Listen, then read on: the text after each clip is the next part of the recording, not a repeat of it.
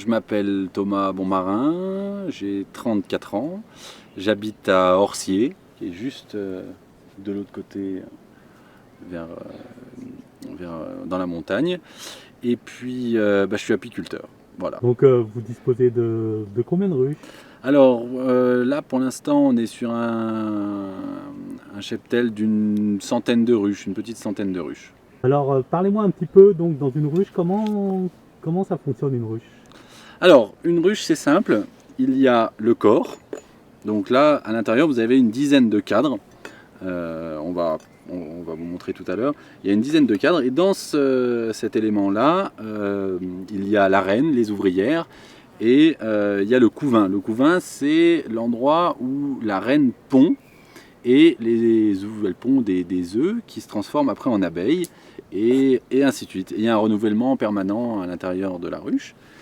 Et au-dessus, vous avez la hausse. C'est là qu'est récolté le miel par les butineuses qui est stocké ici. Et c'est cet élément-là qu'on récolte et il y a des cadres à l'intérieur et c'est dans ces cadres qu'on extrait le miel. Je suppose qu'elles ne sont pas placées n'importe où ces ruches? Alors, elles sont placées en fonction des floraisons, de l'intérêt mellifère qu'il y a autour. Donc ici, on est au château d'Allinges et ici, l'intérêt mellifère de cette période, c'est le châtaignier. Donc là, on est en pleine floraison du châtaignier, mais il y a aussi en même temps du tilleul qui fleurit, il y a pas mal de ronces aussi dans la forêt. Donc voilà, il y a un grand intérêt pour les ruches qui sont ici. Il y a combien d'abeilles dans une ruche? Alors, dans une ruche, il y a à peu près, en période de production, c'est-à-dire comme maintenant, à peu près 50 000 abeilles. Il y a un renouvellement permanent qui se fait parce qu'une ouvrière, elle vit entre 40 et 45 jours. Ensuite, la reine pond à peu près 2000 œufs par jour. Donc la population va croissante depuis le printemps jusqu'au milieu de l'été. Et après, elle se stabilise un petit peu. Après, elle commence à redescendre un petit peu pour les abeilles d'hiver. C'est les abeilles qui vont passer l'hiver. Donc voilà, on oscille à peu près entre 15 et 50 000 abeilles suivant la période. J'ai vu dans les journaux que vous aviez perdu une partie de votre, comment on dit, cheptel, c'est ça? C'est ça. Voilà. D'abeilles. Est-ce que vous pouvez nous en dire plus? Alors, l'hiver passé a été catastrophique pour nous. En fait, une bonne partie du cheptel a été décimée. Malheureusement, on ne peut pas affirmer la cause, mais on s'en doute. Mais voilà, j'ai mis 3 semaines à m'en remettre. Enfin, même maintenant, je suis toujours touché. Pour moi, c'est une perte. Je dirais pas que c'est sûr qu'on est des humains, ça reste des animaux, mais pour moi, c'est une perte vraiment difficile à vivre. Tant au niveau personnel que pour la survie de l'exploitation, parce que il y a beaucoup d'enjeux derrière ces petites abeilles.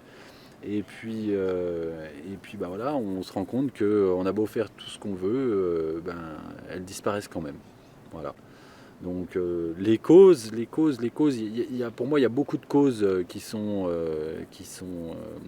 en jeu, mais on va parler des principales. La principale, c'est peut-être notre mode de consommation actuel qui fait qu'on arrive à-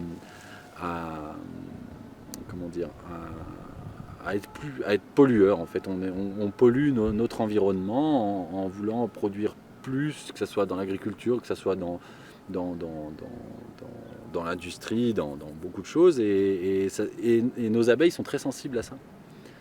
Donc voilà, nous on a ouvert le côté pédagogique avec ça, on essaye de développer un petit peu des ruches cheminées, des ruches pédagogiques, et en fait ça va servir à sensibiliser un petit peu et à expliquer euh, qui sont les abeilles, ce qu'elles font, comment elles font le miel, comment elles s'organisent dans la ruche.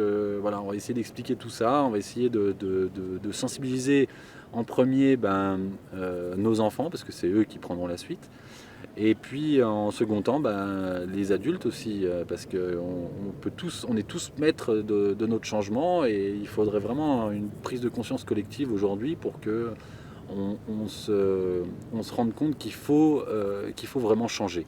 Ce qui est important de noter dans ce qu'il dit, c'est que finalement la problématique des abeilles, c'est pas une problématique de l'apiculteur, c'est une problématique finalement qui est pour nous tous. C'est pour ça que pour nous c'est important maintenant de transmettre ce message que on est tous finalement apiculteurs, on doit tous être sensibilisés et être touchés et se sentir investis en fait par cette cause, mais qui est juste urgente et surtout de nos jours. D'accord. Et justement, à notre petit niveau, en tant que particulier dans un jardin, qu'est-ce qu'on peut faire pour aider les abeilles, pour les sauver ou pour pas aggraver la situation? Alors, il y a des gestes simples. Déjà, tout ce qui est produits phytosanitaires, ça, il faut forcément les supprimer. C'est sûr que c'est facile quand on veut désherber sa petite allée en gravier et qu'on veut désherber avec on va citer le nom, on peut, je pense, du Roundup ou quoi que ce soit, même s'ils ont changé la formule, même si, voilà, c'est toujours très facile de se dire, tiens, on va prendre le produit, on va badigeonner un petit peu, et puis voilà.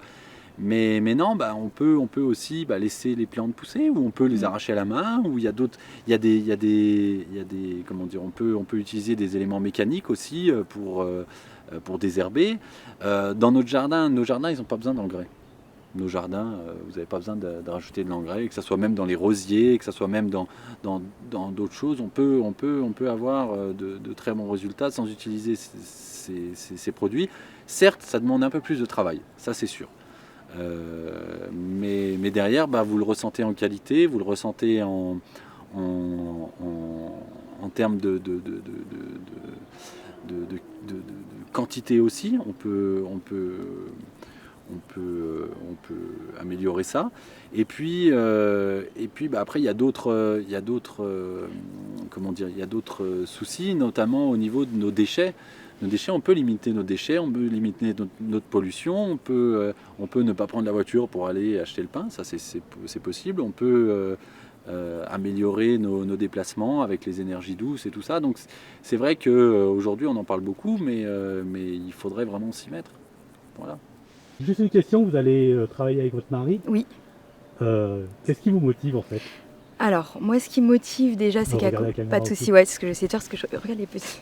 Alors, ce qui me motive en fait aujourd'hui, c'est vrai qu'à côté, je suis naturopathe. Donc, je viens d'avoir mon diplôme. Et du coup, je me suis questionnée sur. J'ai entendu beaucoup parler de super aliments, etc. dans ma formation. Et je me suis rendu compte que l'apiculture, on avait tout dans les produits de la ruche. Et aussi, j'ai voulu m'intéresser et. Moi, je suis entrée plus par l'histoire des abeilles en fait. Il a commencé à me raconter l'histoire du fonctionnement d'une ruche. J'ai été émerveillée par, quand il me disait en 24 heures, elles savent prendre une décision, quand il m'a raconté comment une cellule royale se fait. Enfin, toutes ces petites choses en fait m'ont émerveillée et m'ont poussée à me questionner sur c'est une micro-société. Et du coup, à partir de là, je suis petit à petit, je suis allée vers lui, je l'ai questionné. Il m'a dit, écoute, je sens qu'il est temps qu'on essaye de faire quelque chose ensemble. Et voilà. Donc voilà, c'est ce qui m'a amené. Moi, c'est plus la fascination autour de l'abeille et de la symbolique de l'abeille aussi. Je pense qu'on n'a pas qu'un petit insecte là.